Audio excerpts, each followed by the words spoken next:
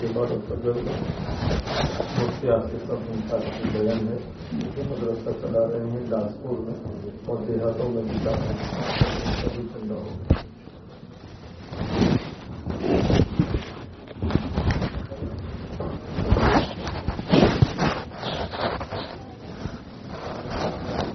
الحمد لله وكفى وسلام على عباده الذين اصطفى خصوصا على أفضلهم وخاتم النبيين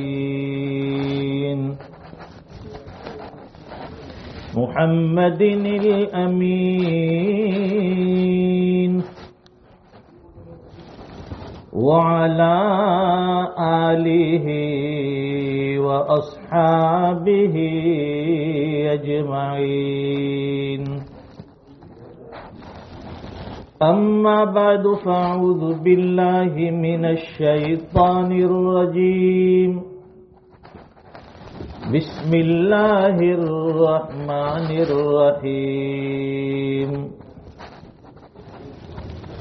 وسارعوا إلى مغفرة من ربكم وجنة عرضها السماوات والأرض أعدت للمتقين. صدق اللہ العظیم. ایک مرتبہ درود پاک پڑھیں. اللہم صلی علی سیدنا و مولانا محمد وعلی آل سیدنا محمد وبارک وسلم. بزرگوں اور دینی بھائیوں، خواتین اسلام، ہر ایمان والا جانتا ہے کہ رمضان میں نیکیوں کا ویلیو، نیکیوں کا مرتبہ بڑھ جاتا ہے. اسی لیے مسجدیں بھری ہوتی ہے اور لوگ نیکیوں کی طرف خوب مائل ہوتے ہیں. رمضان کس کا مہینہ ہے؟ میرا اور آپ کا مہینہ ہے؟ نہیں، یہ اللہ کا مہینہ ہے. رمضان اللہ فرماتے ہیں کہ اللہ کے نبی فرماتے ہیں کہ رمضان اللہ کا مہینہ. فرمایا شعبان شہری و رمضان شہر اللہ. حضور پاک صلی اللہ علیہ وسلم فرماتے ہیں کہ شعبان میرا مہینہ ہے اور رمضان اللہ کا مہینہ ہے. تو یہ تو اللہ کا مہینہ جس میں ہم اور آپ داخل ہو گئے. تو ظاہر ہے کہ اس مہینے میں داخل ہو گئے تو اللہ تعالیٰ اب ہماری حفاظت فرمانے والے ہیں نفس سے، شیطان سے، گناہوں سے. اور اس میں پھر روزے والی عبادت. روزہ جس کو کیا کہتے ہیں؟ ڈھال. الصوم جنت. روزہ ڈھال ہے، یعنی کسی چیز سے بچنا ہو، ڈیفینس کرنا ہو تو گناہوں سے بچنے کے لیے، نفسانی شہوات سے بچنے کے لیے، شیطانی شرارتوں وساوسوں سے بچنے کے لیے روزہ ایک ڈھال ہے. ہمیں بچا لیتا ہے ان سارے گناہوں سے. اور دوسری خوبی کی بات، رمضان میں ایمان والوں کے لیے نیکیاں آسان ہو جاتی ہے، گناہ مشکل ہو جاتے. نیکیاں کرنا بہت آسان ہے. کیوں؟ اس لیے کہ آدمی صبح صادق سے لے کر غروب آفتاب تک جب اللہ کے نام پر بھوکا پیاسا رہ کر روزہ رکھتا ہے تو ہر گھڑی نیکیاں لکھی جاتی ہے. جتنے گھنٹے کا روزہ ہوتا ہے وہ ساری گھڑیاں، سارے اوقات، یہ جتنے گھنٹے وہ سب نیکیوں میں لکھے جاتے ہیں۔ تو گویا کہ ہماری زندگی نیکیوں میں گزر رہی ہے۔ عام دنوں میں یہ چیز ہمیں نہیں ملتی، عام دنوں میں آدمی روزہ رکھتا بھی نہیں ہے۔ یہ رمضان کی خصوصیت ہے کہ روزے کی برکت سے اللہ تعالیٰ اس کے نامہ اعمال میں نیکیوں کی کثرت پیدا کرتے، تو خوش نصیب ہے وہ لوگ۔ اس لیے فرمایا تھا کل شاید مولانا سلیم یا کسی بزرگ کے حوالے سے کہ مرنے کے بعد اللہ پوچھیں گے کہ بھائی کیا چاہتا ہے، تو وہ کہے گا کہ پھر دنیا میں بھیج دے۔ کیوں؟ اس لیے کہ مجھے پھر رمضان مل جائے اور رمضان کی عبادتیں نصیب ہو جائے۔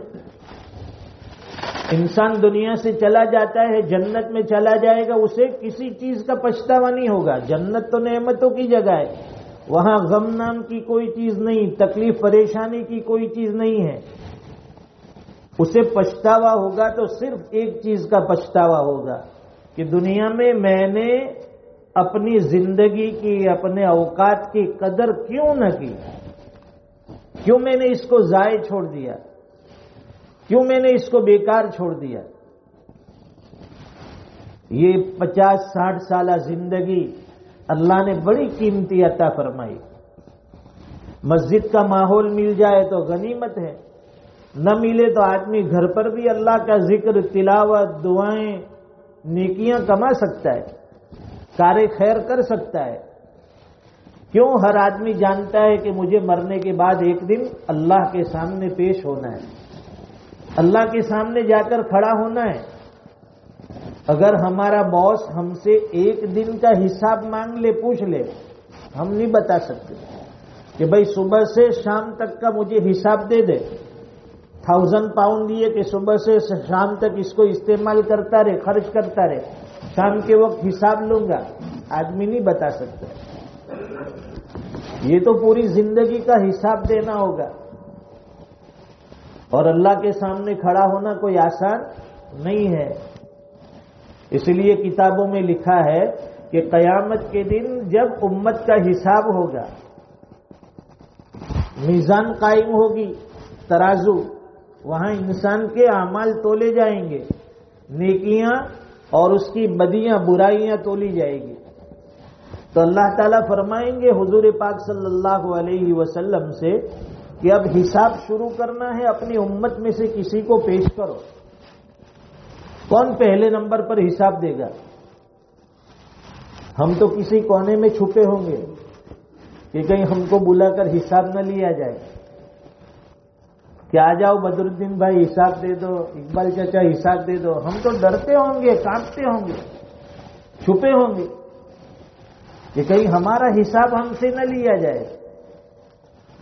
حضور پاک صلی اللہ علیہ وسلم صدیق اکبر رضی اللہ تعالی عنہ سے فرمائیں گے ابو بکر پیش ہو جاؤ۔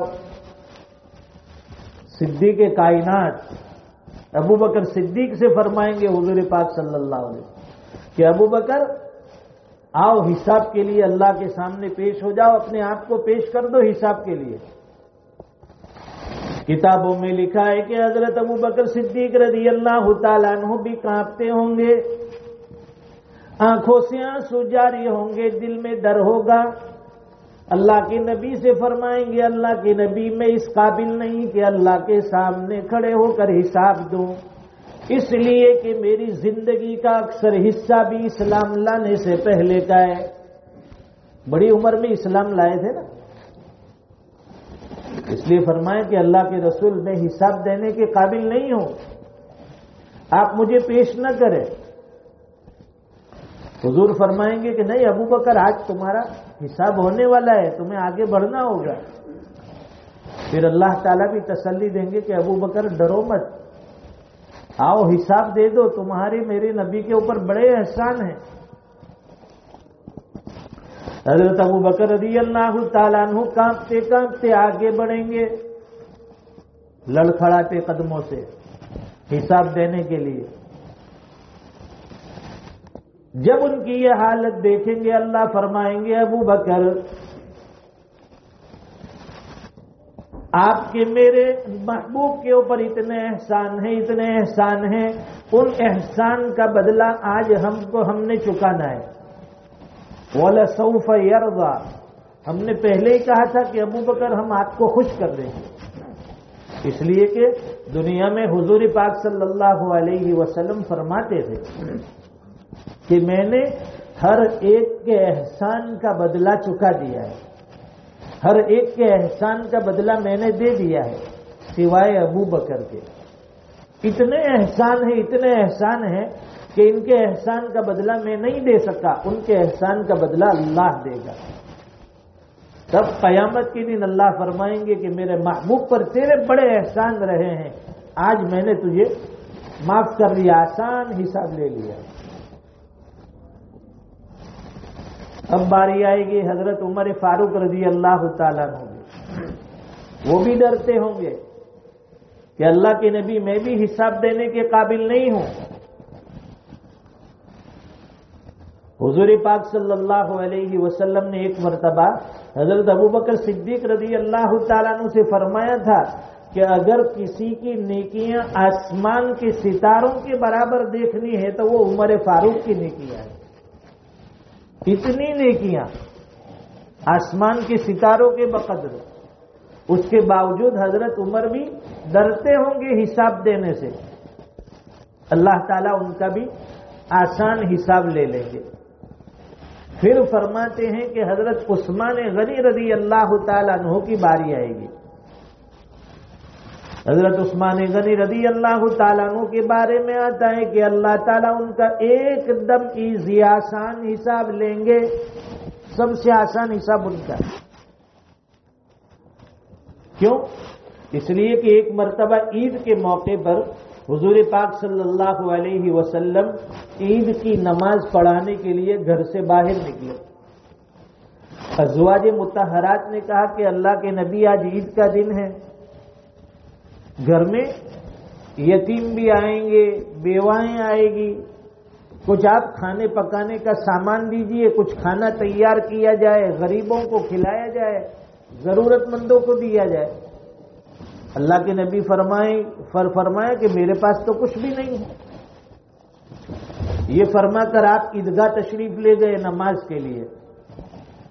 جب واپس آئے گھر تو دیکھا کہ گھر میں کھانے کی خوشبوئیں آ رہی ہے، ماشاءاللہ بہترین کھانا پکا ہوا ہے، خوشبو مہک رہی ہے۔ حضور سوچنے لگے کہ میرے پاس تو کوئی انتظام نہیں تھا، پھر یہ اتنا سارا انتظام کہاں سے ہوا؟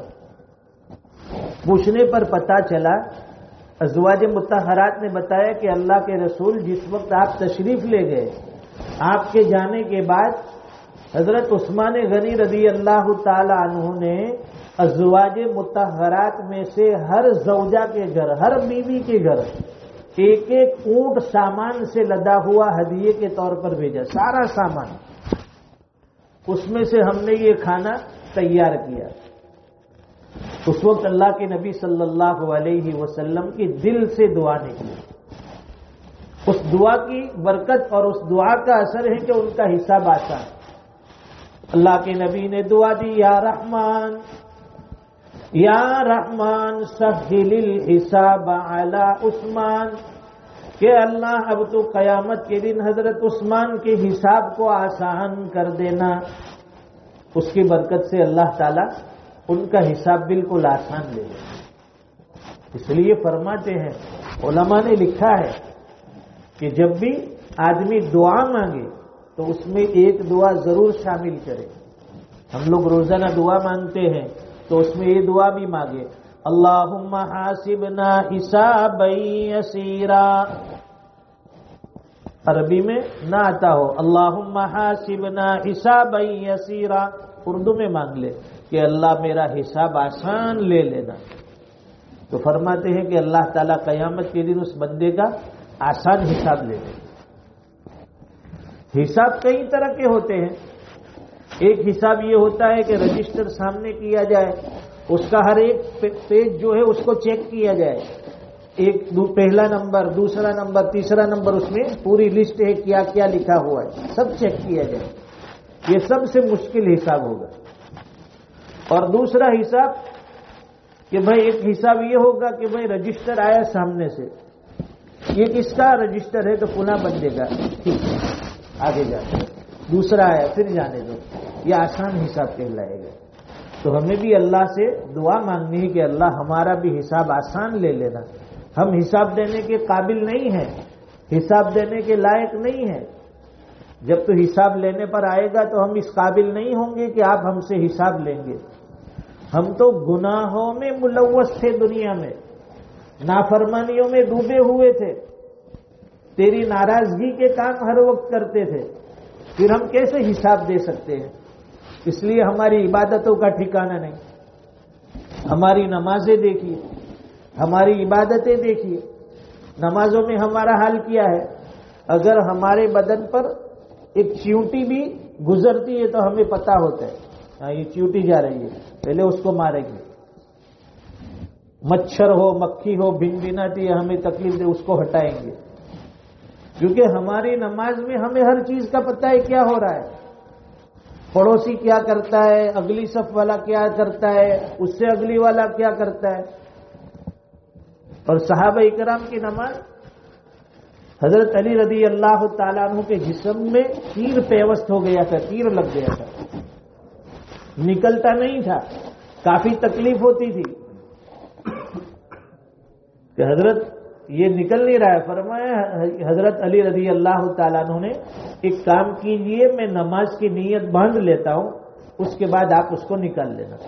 حضرت علی نے نماز کی نیت باندھی اور پیچھے سے لوگوں نے زور لگا کر وہ تیر کھینچ لیا۔ نماز کے بعد پوچھا کہ نکل گیا تیر؟ حضرت وہ تو نکل گیا، تو پتہ بھی نہیں چلا نماز میں۔ اور ہماری نماز کا کیا حال ہے؟ شیخ اسماعیل شہید رحمت اللہ علیہ، حضرت شاہ اسماعیل شہید رحمت اللہ علیہ، ان کے واقعات میں لکھا ہے کہ اپنے شیخ کی خدمت میں پہنچے سید احمد شہید رحمت اللہ علیہ کی خدمت میں۔ شیخ نے پوچھا کہ میاں اسماعیل کس نیت سے آئے ہو؟ کہا کہ حضرت اس نیت سے آیا ہوں کہ صحابہ اکرام جیسی کوئی نماز مجھے بھی آپ پڑھا دیں، کہ صحابہ اکرام جیسی نماز پڑھتے تھے۔ فرمایا کہ ٹھیک ہے۔ رات کا قیام وہی رہا، چارپائی لگا دی، صبح تہجد کا وقت ہوا، آنکھ کھلی، حضرت نے پوچھا کہ بیدار ہو گئے؟ کہا کہ جی حضرت۔ فرمایا کہ جاؤ اب اللہ کے لیے وضو کرو۔ فرمایا کہ یہ جو جملہ کہا کہ اللہ کے لیے وضو کرو، یہ ایسا جملہ تھا کہ میرے بدن کے رونگٹے کھڑے ہو گئے، کپکپی طاری ہو گئی۔ اور اس کے بعد فرمایا کہ جاؤ اب اللہ کے لیے 2 رکعت پڑھو۔ اب حضرت شاہ اسماعیل شہید رحمت اللہ علیہ فرماتے ہیں کہ میں نے 2 رکعت نماز کی نیت باندھی، 2 رکعت ختم ہونے پر سلام پھیرا، سلام کے بعد مجھے احساس ہوا کہ یہ 2 رکعت میری صحیح نہیں ہوئی، پھر 2 رکعت کی نیت باندھی، اسی طرح 2 رکعت پڑھتے گئے، صبح صادق کا وقت ہوا۔ فرماتے ہیں کہ اس رات میں نے 100 رکعت نفل پڑھی، پھر بھی اطمینان نہیں ہوا کہ میری یہ 100 رکعت صحیح ہے۔ حضرت سید احمد شہید رحمت اللہ علیہ فرماتے ہیں کہ میاں اسماعیل صحابہ اکرام کی نماز ایسی ہوتی تھی۔ ہم تو 2-4 رکعت پڑھ لیتے ہیں تو اپنے آپ کو کیا سمجھ بیٹھتے ہیں کہ میں تو بڑا متقی، میں بڑا پرہیزگار۔